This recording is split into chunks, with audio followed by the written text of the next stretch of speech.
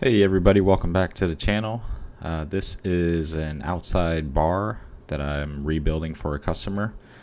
It has a electric stove on the left side and a sink on the right side. Plus it kind of has a weird 45 cut for the counter because the wall 45's there.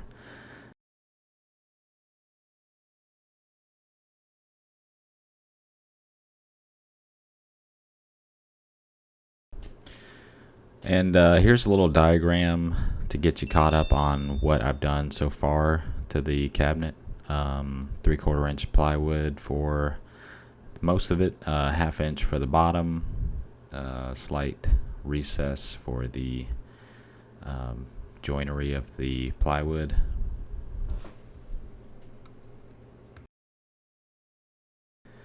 And here's a basic little diagram of what I'm going for the front of the cabinet. Actually, there is only 4 drawers, not 5. But this will give you a rough idea.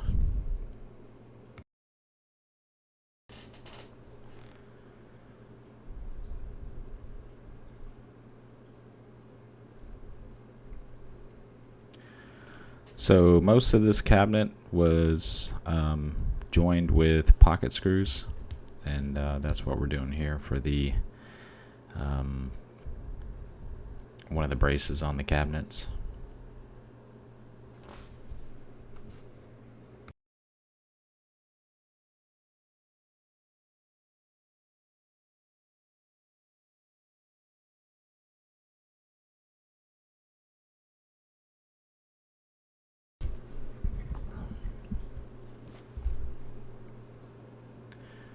The face frame we attached with pocket screws, and to attach it to the cabinet we glued and finish nailed it as well as clamped it.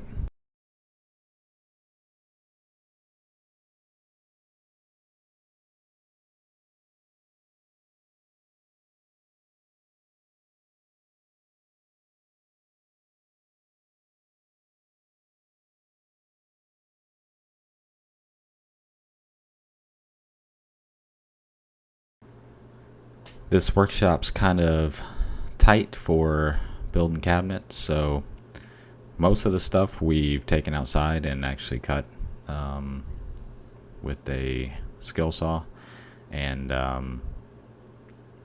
some of the stuff we trimmed just a little bit long, and then we took it in and actually cut it to length on the table saw.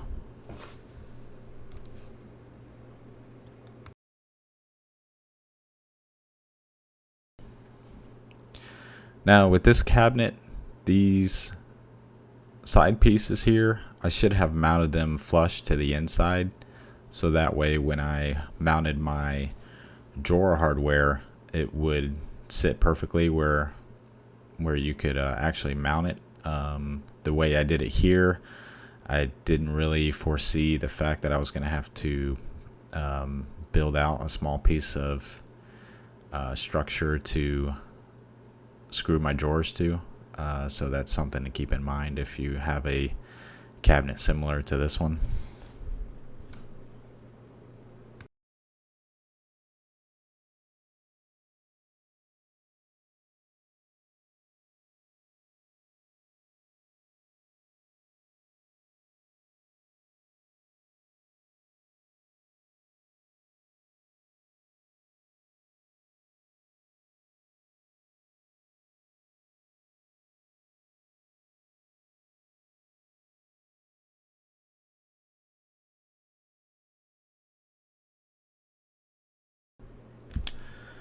So when I built these drawers, I haven't built a lot of drawers, and I didn't foresee the fact that the way I was cutting the recess for the bottom panel, that I was going to have a gap when I put it all together.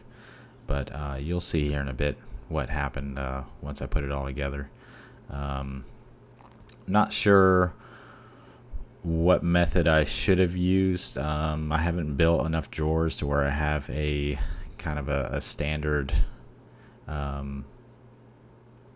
a standard build that I use. If anybody has a better idea for drawers or a better method, something that they feel like is perfect for drawers, link a video or describe it in the comments down below. I would very much appreciate it.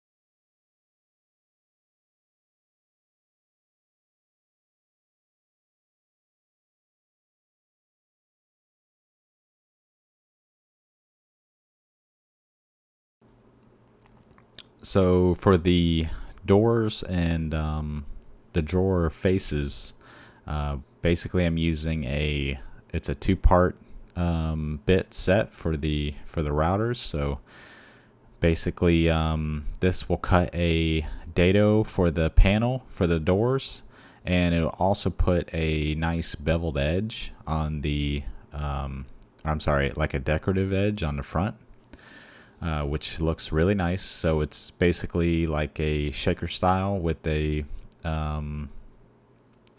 designed little piece in the front. Also, a benefit to using this process for the door building is you don't have to use pocket screws or biscuits or anything. There's enough gluing surface that if you just glue it and clamp it, they're very strong.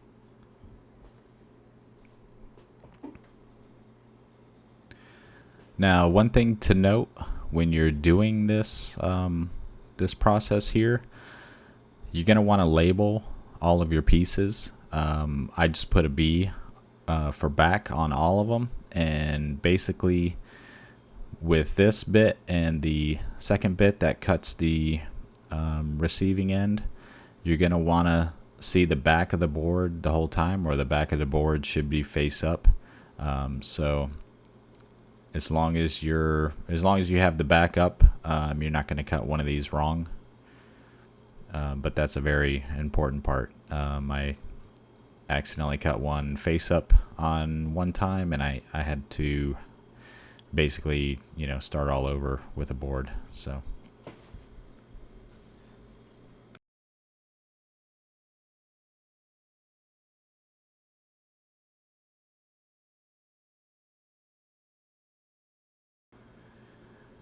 now I have used routers before handheld, but that was my first time using a router table, and it was kind of fun.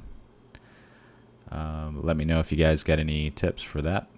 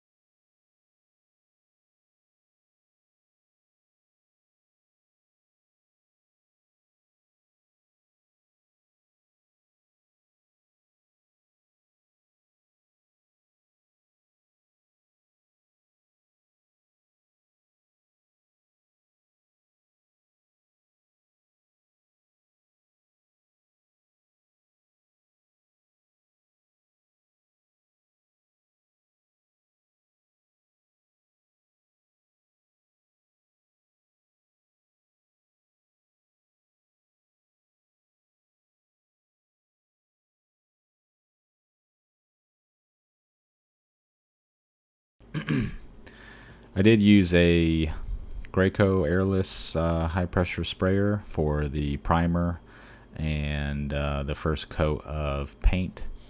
I have a HVLP, but to get the water-based paint thin enough, you have to water it down quite a bit for it to spray right out of the HVLP.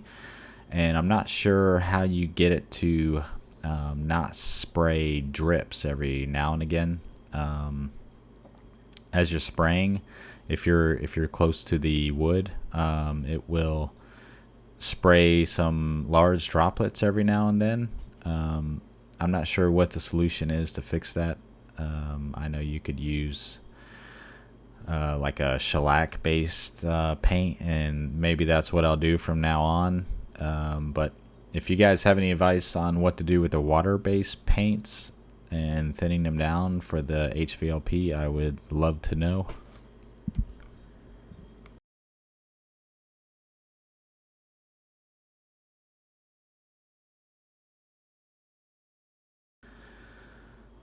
So this is the old counter. Basically what I'm going to do for this is double up 2 pieces of MDF, and I'm going to do an epoxy countertop, which should work out nice. I know epoxy is not really for the outside, and the main concern with that is the UV exposure. And where it's going, it's actually under an overhang, and it's not going to get very much UV exposure at all. So it should work out fine for this application. Plus, they had with the stove, epoxy is really good for heat. So I felt like in this application, epoxy countertop would look the best by far, and it would provide a bit of durability for the fact that it's going to be a cooktop as well.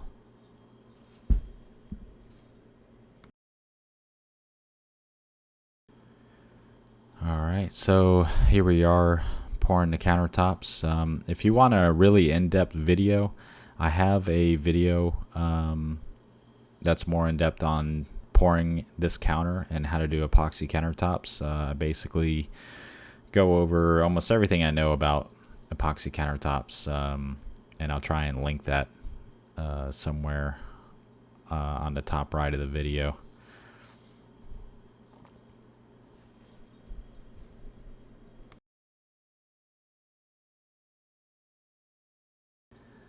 If you've never seen epoxy countertops, these things are amazing. Every time I see one of the pieces that I've done, it's just mesmerizing. You can stare at it all day. It's truly beautiful. I don't know why it hasn't caught on more. I know, for some people it has, but most people I talk to, they've never even heard of it. That they have no idea. I say, it looks like marble but better and for much cheaper, and they have no idea. So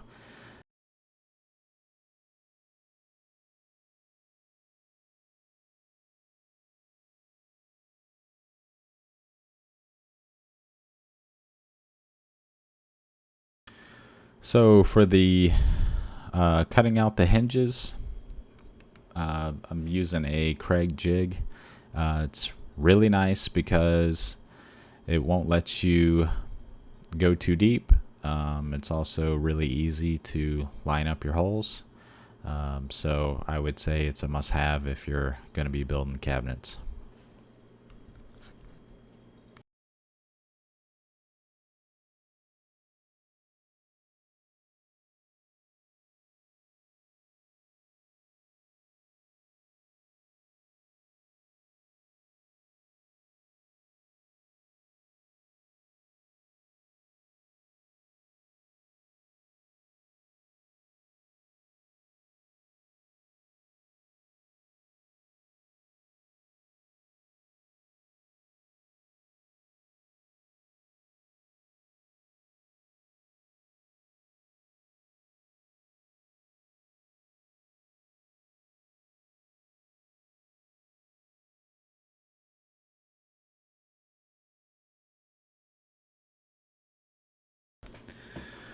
So because I didn't wipe the runs, basically I had to grind those off with the sanding disc. Because this is going outside, I put a water-based poly on the back side of it, so that way I would feel more confident about it being outside. Here's a couple shots of the counters in the sunlight. That's a test piece there, so I did one side a live edge and the other side just has a nice routed edge. Alright, and the finished product here, the countertop and the cabinets. This took a total of, I don't know, I think it was maybe 10 or 11 days to do everything. I probably could have done it quicker if I had a bigger workshop, but that kind of slowed me down.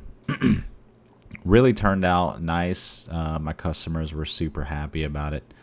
Hopefully they have plenty of pool parties and lots of fun and cooking on their new setup here. But it was a lot of fun and a learning experience for sure. If you guys liked the video, hit the like button, hit subscribe if you'd like more videos in the future, and I'll see you around.